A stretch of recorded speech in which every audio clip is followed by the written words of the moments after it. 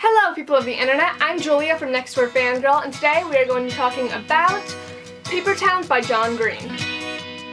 So I read this book last week while I was on vacation down in the Hamptons. Fun fact about the Hamptons, there's a trend that I call the lawn cows.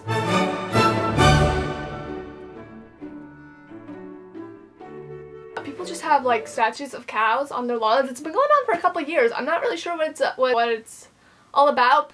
If you're ever down in the Hamptons, look out for them lawn cows. Alright, so the book.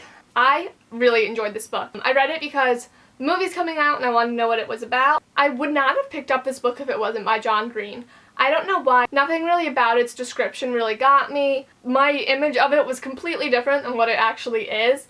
So I am so grateful that I was drawn in by the author and by the fact that they're making a movie. I enjoyed this book so much. So my preconceived notion of this book was that it was going to be about this cool girl, Margo, and she was going to take this guy Q on this like crazy adventure and she was going to disappear, and that does happen. But I thought this book was going to be like a really fun road trip between friends. It's going to be super fun and light, and you know, they're just going to go on adventures, and Margo was going to be like this cool girl, they're just going to like leave them clues as they go across country, and that was not this book. I should have known better. It is John Green. He usually has a darker agenda at work, and this book was a lot darker than I thought it would be. It deals with serious issues, I think, like all John Green books do. This is actually only my second John Green book. The other one I read was Tifios, of course, which I loved, but I think he likes to write about more serious issues, and this book is definitely no exception. I would definitely recommend this book. You know, it's a contemporary book. It's really interesting. It deals with some darker issues. It is kind of sad. I mean, it's not tearjerker like Tifios. It's really good, and it deals with serious issues in our society that people need to be aware of. So read this book and come back, because we're going to talk about some spoilers. Let's start with the prologue, where we learn that Margo and Q as kids found this dead guy, and Margo kind of becomes like obsessed with his story, and she like goes and she does all this investigating, and she shows up at Q's window with like her little notebook. Oh, is it the black notebook? Hold up, is it? Because that would be great. But I could tell that she was holding a little notebook and a pencil with teeth marks around the eraser. She glanced down at her notes, back and forth from her notebook to me. It doesn't specify, but I'm thinking it's the same notebook. That's my guess. And Margo becomes like obsessed with this story, and you know, Q says, Margo always loved mysteries, and in everything that came afterward, I could never stop thinking that maybe she loved mysteries so much that she became one. They use that in the trailer, and I love that quote for some reason. I think it's true about Margo, because throughout the entire book you kind of learn that Margo is not the person that you thought she was, that there was this Margo facade that she put up that everyone thought was Margo, but it wasn't, and Margo is really very, as Q puts it, un-Margo. Sorry, I just saw the part that, where Radar's talking says, "It's not my fault that my parents own the world's largest collection of black Santas." I love that. I think that's so funny. So then we go into Margo and Q's crazy night together, and Margo has found out that her boyfriend has been cheating on her with her best friend, or supposed best friend, and so she drags Q along with her, and they get revenge on her boyfriend and her friend and her other friend, and then they break into SeaWorld, and Q gets to get revenge on his bully. And like this event, like when you're first reading it, it seems like so fun, but looking back on it, it's like a total red flag. And there are a lot of red flags in this book, because as we learn later on, Margo is obviously suffering from depression. And for a large portion of the book, we're worried that she has killed herself and that she's leaving cues for Q to find her body somewhere. And when you look at this book, there's so many red flags for that. And you know, she's like getting closure on all these relationships that she's had, and it all feels very final. I mean, when you think about it, you don't get the feeling that she could just go to school the next day and everything would be normal. Like, something big has to happen here. She says something about how her last string has broken, and that's the same thing that she said to Q about the dead guy. She said maybe all his strings had broke, and we know that he killed himself. So that was really a warning sign. If she feels like she's in a similar position to this guy that we know committed suicide, is that on her mind right now? And Q feels that something's wrong, and in hindsight, he says that he should have done something, or he should have said something to her, because he knew that there was something more going on than what met the eye, but he wasn't sure what. A couple days later, we find out Margo has disappeared, and her parents have filed a missing persons report, but now that Margo is technically an adult, they can't really do anything about it because she's allowed to go wherever she wants. She's 18. We find out that Margo's parents are assholes and don't care what happens to her. They want her out of the house. They've changed the locks. They're done with her. And it's really sad that happened, because obviously Margo at this point needs someone that's going to be there for her and to help her. And it's obviously not going to be her parents, because they want nothing to do with her right now. And they say, like, they're happy that she's gone, and it's horrible. So we're first introduced to paper towns, you know, when they're standing in the building, and Margo's, like, they're looking out on Orlando, and Q's like, oh, it's beautiful, and Margo's like, it's a paper town. That's, you know, it's the name of the book, so it's really important throughout the entire book, and we get different senses of what a paper town is throughout the entire book, and it's different definitions. So during their night, after Margo says the thing about her strings broken, and Q's kind of thinking more about it, and he brings it up to her, like, you know, that's what you said about that dead guy, and she says, I don't want some kids to find me in Jefferson Park, to kind of, like, ease his worry. And he takes that, and he's like, okay, that means she's not going to kill herself. And then later on, after she's disappeared, he says, not wanting to be found by some kids in Jefferson Park isn't the same thing as not wanting to die. And he realizes that doesn't mean that she wasn't suicidal and that she didn't need more help than she got. This book is really, I think, about, like, how people aren't who they put up. That there's a lot more to a person than what you see, and that you can't fully understand someone just by the way that they act or the things that they say, because it could all just be an act, like it is for Margo. And I went through a lot of different feelings towards Margo. At first, you know, I thought, like, she was really cool, and, you know, she was just total badass, and I was like, oh, I want to be like Margo, she's so cool. And then as it kind of develops and we start to think, has she really just left Q these hints for him to find her body after she's killed herself? That's, like, really morbid. Margo's, like, obviously, like, not getting the help that she needs. Like, she's a tragic character, but at the same time, it's fucked up what she's doing. They say at one point, like, she's stealing Q's last 3 weeks of high school. He should be having fun. He should be getting ready for prom or complaining about prom because he hates prom. But he should be enjoying himself, and he has now become consumed with this girl who has really only been an idea in his mind. He is spending all of this time that should be, you know, some of the best time of his life trying to find her and worrying whether or not she's alive. So this whole book is written in past tense.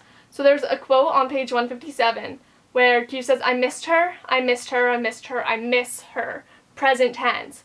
And I was like, oh my god, she's dead. I was like, that's foreshadowing. I miss her. She's not there presently. She's dead. Even though now I know, obviously, Margo's not dead, or at least hopefully she's not. But I think that it still is kind of like, I miss her. And I think now knowing what happens at the end of the book, I guess that probably kind of tells me that there maybe wasn't really all that much of a relationship between Q and Margo after they find her. And that, you know, he does miss her and he still thinks about her even though there's not much of a relationship there maybe. I don't really know. I don't know what happens after the book, obviously, but I can't help but think that still means something. And then we had, like, Q's English teacher, Dr. Holden. John Green. Was that like Holden Caulfield, Dr. Holden, or literary wink wink? Because I can't wink. So Dr. Holden is like, read the poem, you know, read this 80-page poem for yourself. I've already read it, and I probably know what she's talking about, but you should read it yourself too. And I was like, girl, like, time is precious right now. Just tell Q what he's got to know. So we, again, start learning that Margo is not Margo. Q says, I needed to discover what Margo was like when she wasn't being Margo. Because Margo was really all an act. And Q, in order to find Margo, had to figure out who this real Margo was. The problem, which Q addresses, is that he's always seen Margo not as a person, but as a miracle. And he says that in the beginning of the book. He says, you know, my miracle was moving next door to Margo Roth Spiegelman. And he kind of then realizes, he says, Margo was not a miracle. She was not an adventure. She was not a fine and precious thing.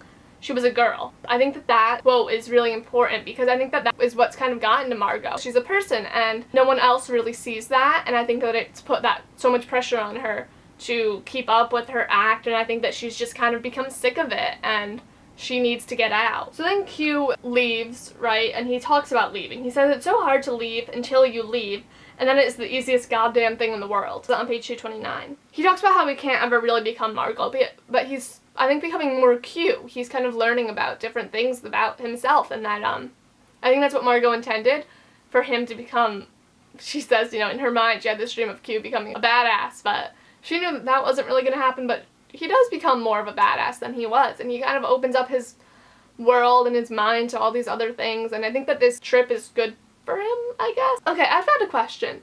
If Margo's like been gone for the past 3 months, is she just like not planning on graduating? And yeah, New York is not a cheap place to live, alright, sweetheart? Like, yeah, good luck. Oh my god, I love that they get Radar the shirt with the Confederate flag. He's like, I like to see how the cop responds to a black man wearing a Confederate t-shirt over a black dress.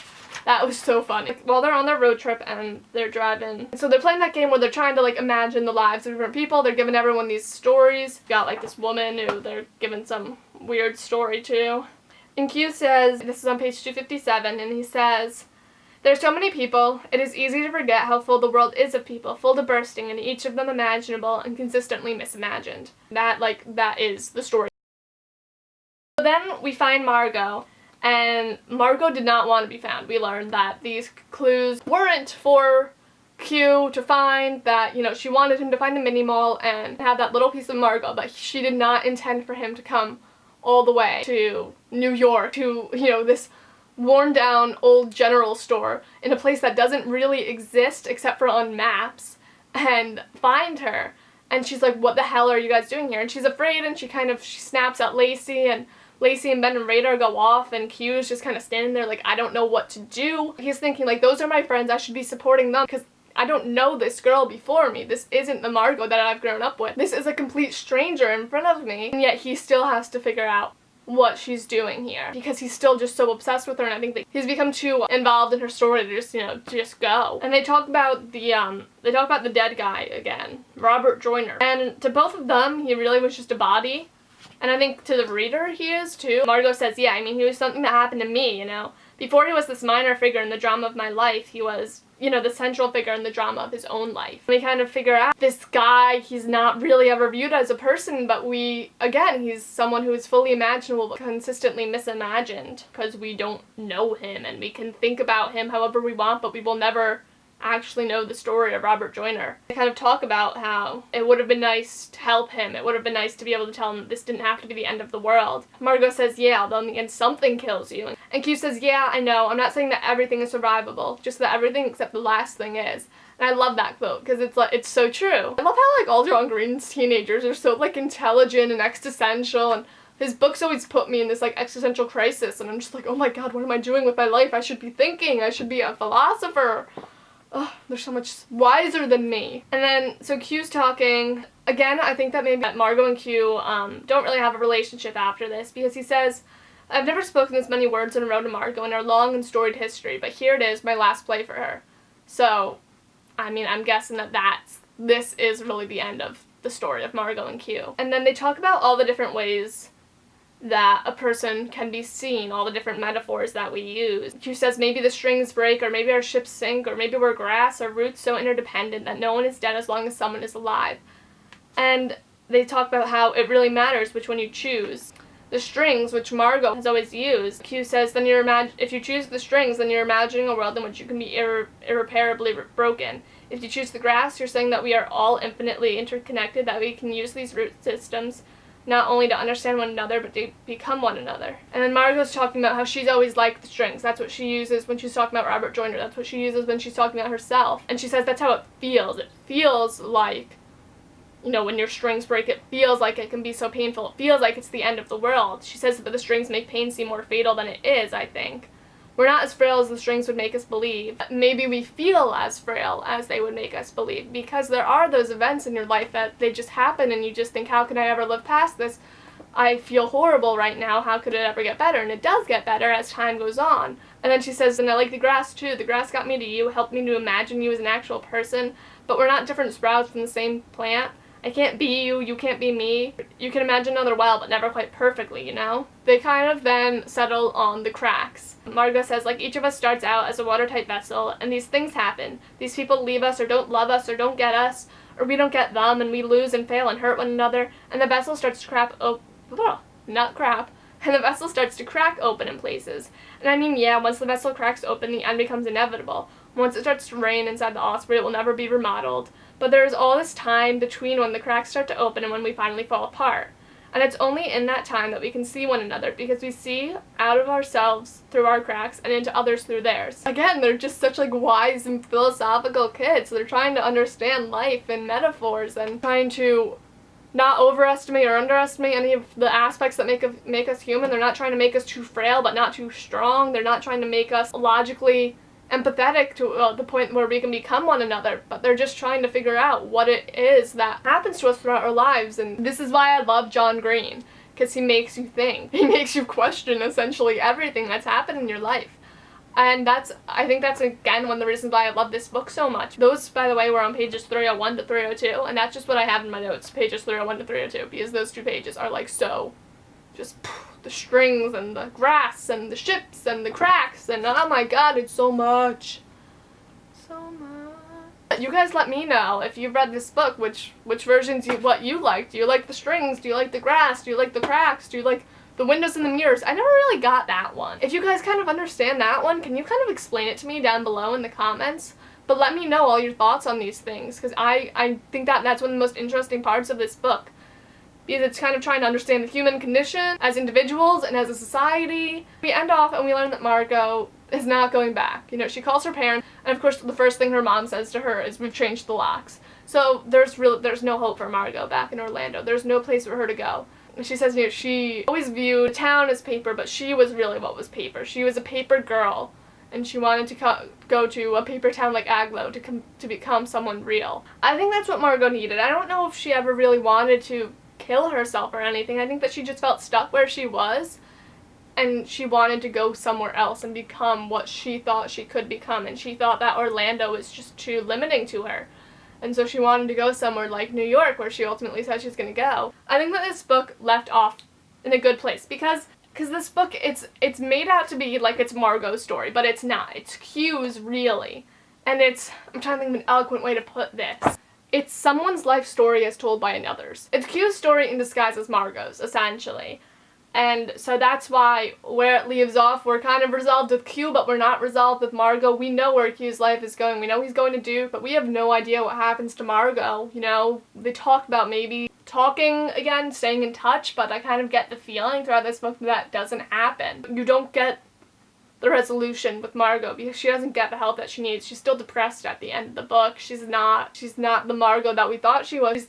She's the real Margo, and we finally meet her, but we only get to know her for a couple pages. And I think that's really where you figure out that this isn't her story. This book isn't about her. It's about Q. This book is just, it's so much. I love it. I love it.